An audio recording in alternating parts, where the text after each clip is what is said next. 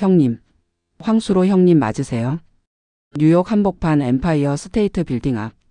급한 미팅을 앞두고 걸음을 재촉하던 사업가 이승철은 그 순간 자신의 눈을 의심했습니다. 길거리에 앉아있는 동양인 노숙자. 그런데 그 사람이 3년 전 함께 술잔을 나누던 친구였습니다. 지갑을 탈탈 털어 건넨 550만 원. 형님, 한국 가서 다시 시작하세요. 하지만 그 후 10년간 소식이 끊겼습니다. 그리고 어느 날 걸려온 전화 한 통. 승철아. 나야, 황수로. 그가 건넨 봉투 속에는 무려 5천만 원이 들어 있었습니다. 도대체 10년 동안 무슨 일이 있었던 걸까요? 뉴욕의 재회. 운명적 만남. 2005년 가을 서울 강남의 한 비즈니스 클럽. 황수로 대표님, 여기 앉으시죠. 지인의 소개로 처음 마주한 두 남자. 황수로 당시 45세와 이승철 당시 42세. 두 사람 모두 작은 중소기업을 운영하는 대표였다. 황수로는 전자부품 제조업을, 이승철은 섬유 수출업을 하고 있었다. 반갑습니다. 황수로입니다. 이승철입니다. 많이 들었습니다. 첫 악수는 단단했다. 서로의 눈빛에서 비슷한 것을 읽었다. 밑바닥부터 시작해 여기까지 온 사람만이 가진 그 특유의 강인함. 그리고 아직도 배고픈 듯한 간절함. 그날 이후 2달에 한 번씩 열리는 중소기업 대표 모임에서 두 사람은 자주 마주쳤다. 처음엔 가벼운 인사였던 것이 점차 깊은 대화로 이어졌다. 이 대표님, 요즘 중국 시장이 어떻습니까? 글쎄요, 황 대표님. 기회는 많은데 위험 부담도 만만치 않더군요. 맞습니다. 저도 베이징에 공장 하나 세울까 고민 중인데. 이야기는 자연스럽게 흘렀다. 사업 이야기, 가족 이야기, 때로는 인생에 대한 철학까지. 두 사람은 놀라울 정도로 잘 맞았다. 3년이라는 시간은 빠르게 흘렀다. 승철이, 오늘 내가 쏜다. 아니 형님. 이번엔 제가. 됐어. 요즘 우리 회사 잘 나가거든. 하. 2008년 봄이었다. 황수로의 회사는 삼성전자 협력업체로 선정되면서 급성장하고 있었다.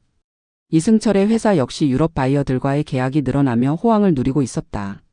형님, 다음 달에 독일 출장 가시는 거 맞죠? 그래, 베를린 전시회 참가하러. 자네는?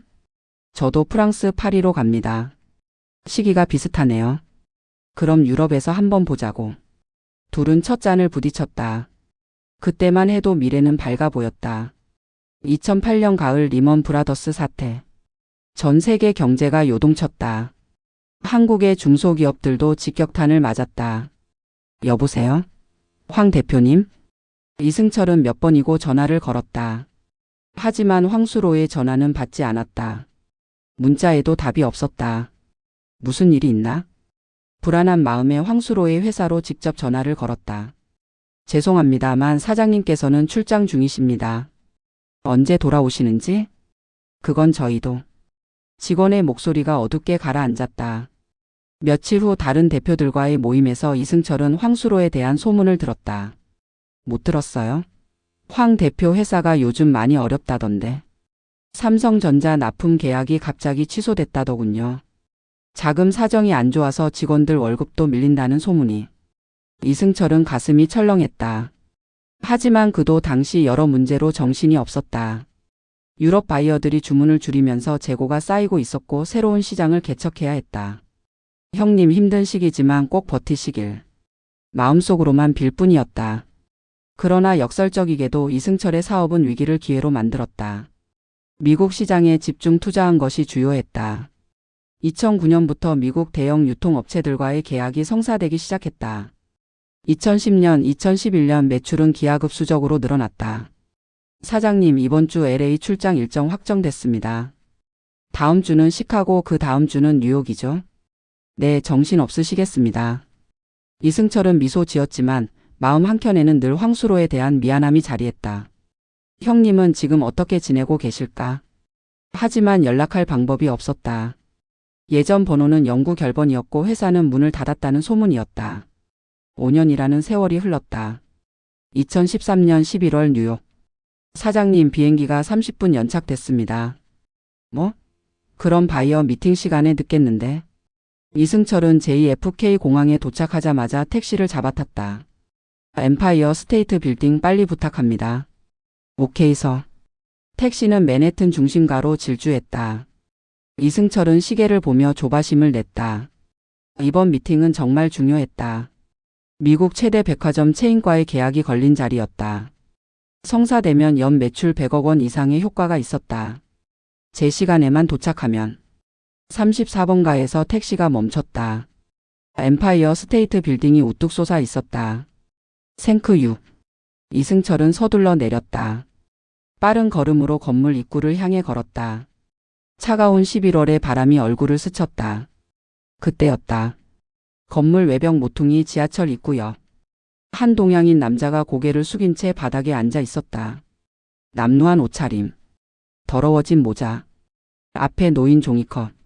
노숙자였다. 이승철은 그냥 지나쳤다. 몇 걸음 더 갔다. 그런데 뭔가 이상한데? 발걸음이 저절로 멈췄다. 심장이 이상하게 뛰기 시작했다. 뒤를 돌아봤다.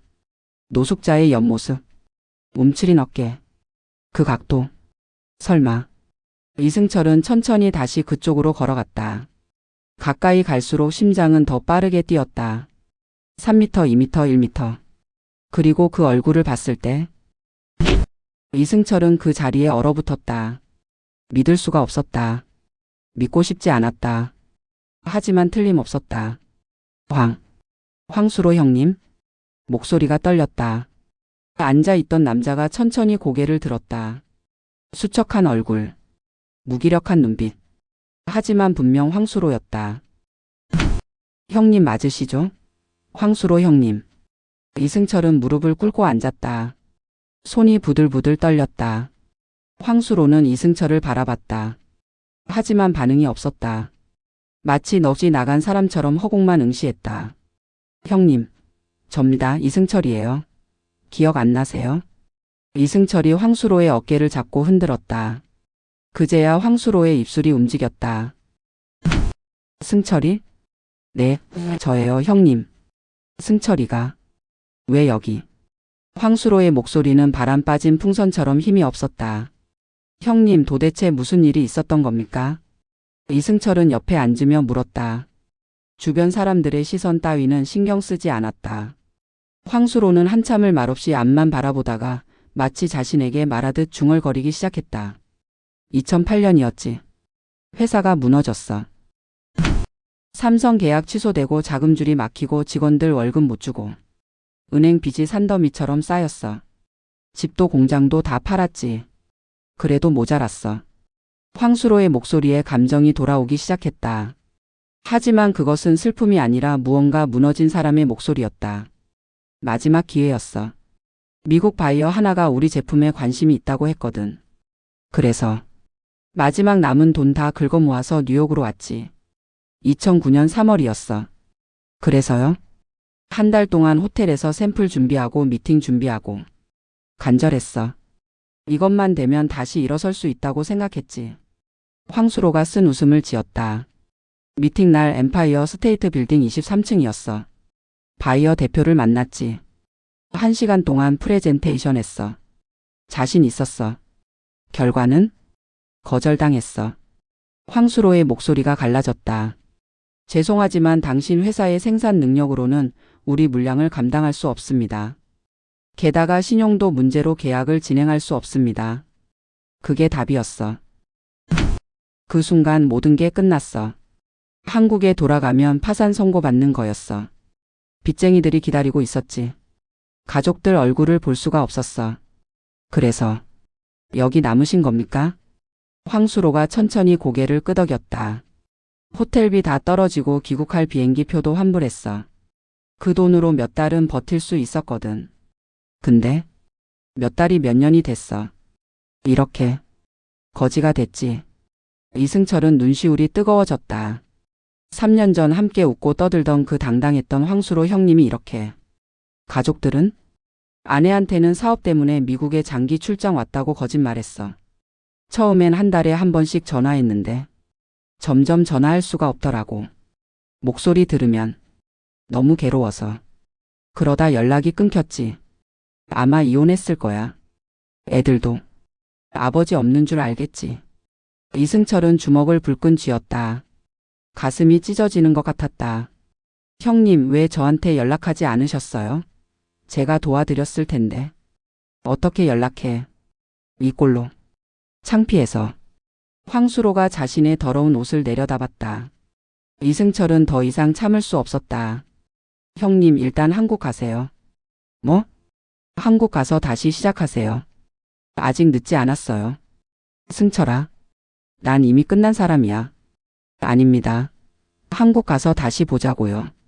이승철은 재킷 안주머니에서 지갑을 꺼냈다. 바이어 미팅을 위해 환전해 둔 달러가 가득했다.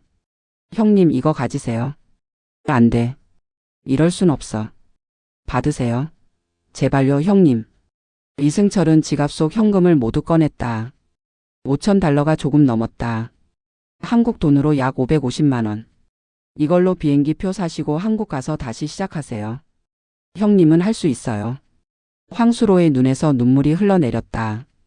승철아, 약속하세요, 형님. 꼭 한국 가신다고. 고맙다. 황수로는 떨리는 손으로 돈을 받았다. 그 순간 이승철의 휴대폰이 울렸다. 비서의 전화였다.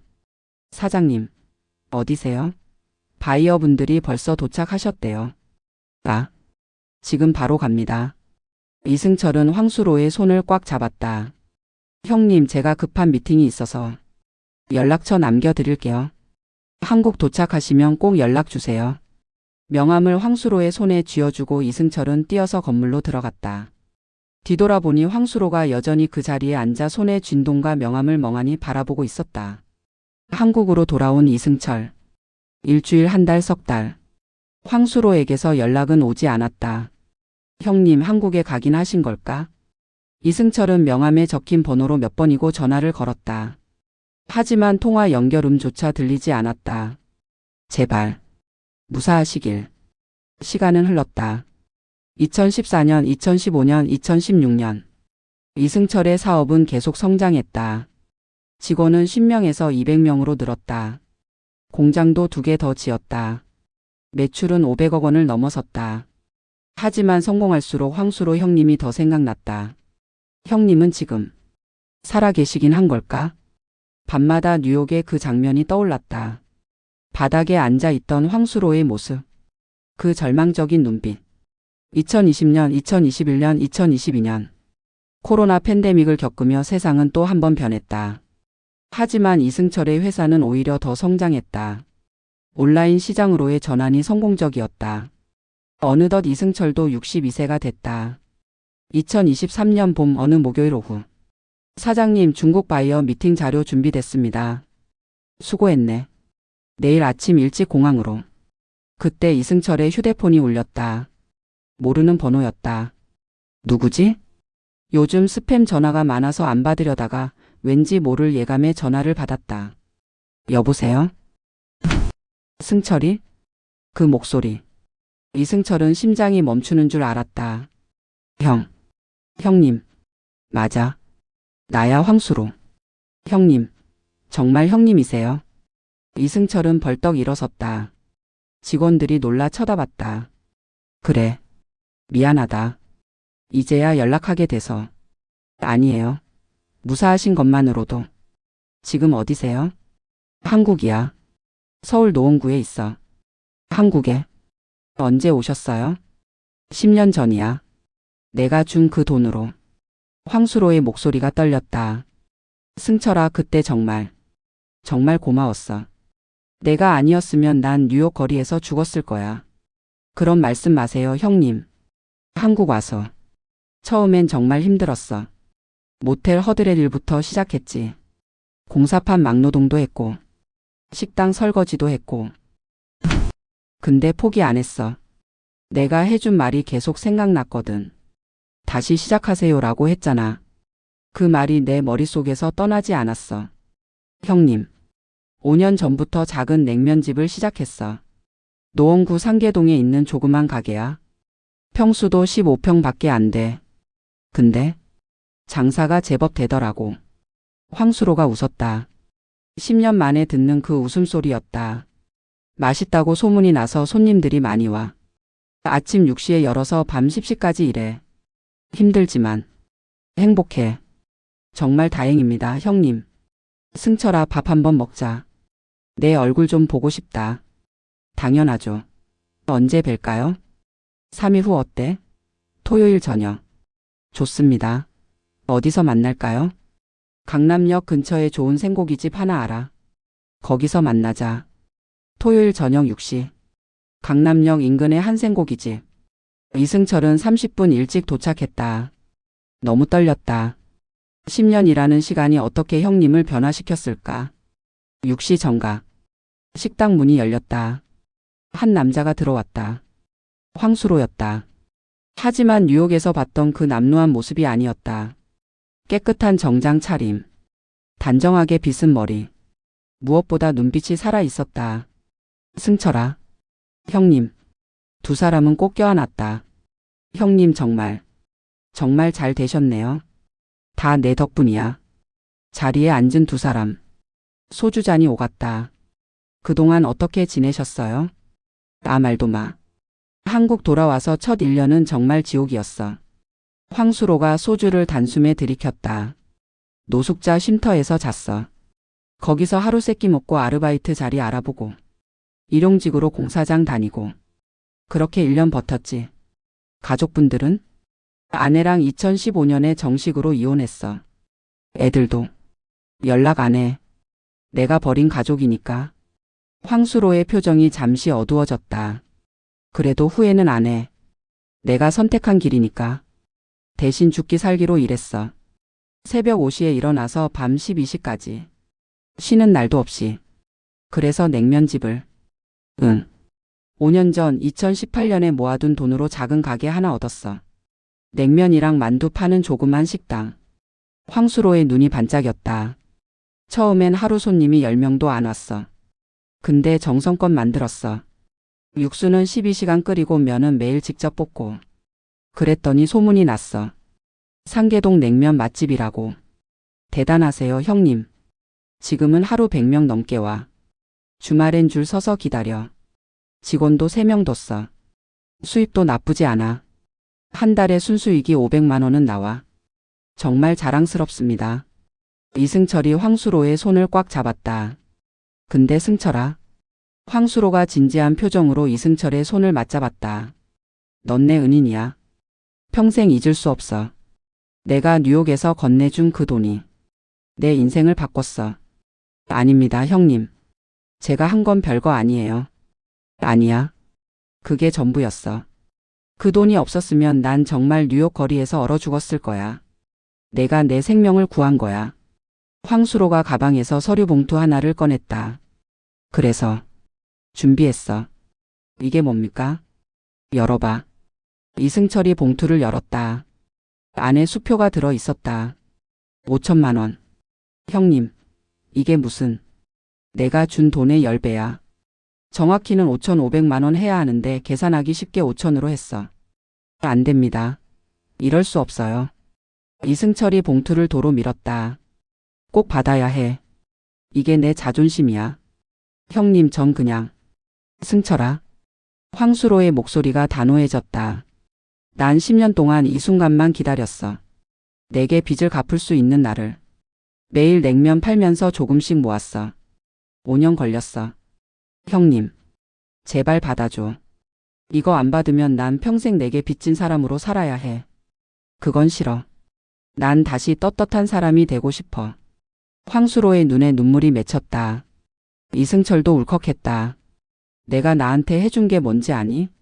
돈이 아니야. 희망을 줬어. 다시 시작할 수 있다는 희망. 그게 나를 살렸어. 이 돈을 받아주는 게 나한테는 새로운 시작이야. 완전한 재기의 증거야. 제발 받아줘. 이승철은 더 이상 거절할 수 없었다. 알겠습니다, 형님. 고맙다. 두 사람은 다시 한번 껴안았다. 새로운 시작.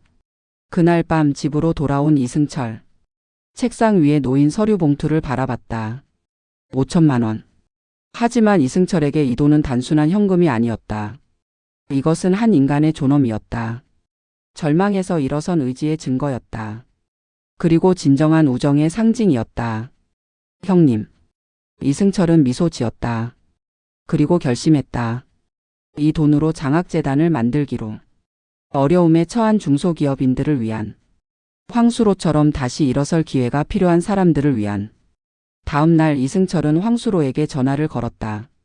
형님, 어제 주신 그 돈으로 장학재단 만들려고 합니다. 뭐? 황수로 마이너스 이승철 희망재단이라고 이름 짓고 싶은데 괜찮으시죠? 전화기 너머로 한참 침묵이 흘렀다. 그리고 흐느끼는 소리가 들렸다. 승철아. 고맙다. 정말. 고맙다. 두 남자, 이제는 65세와 62세가 된 두 친구. 그들의 우정은 대양을 건너 10년의 세월을 건너 절망을 건너 마침내 희망으로 피어났다.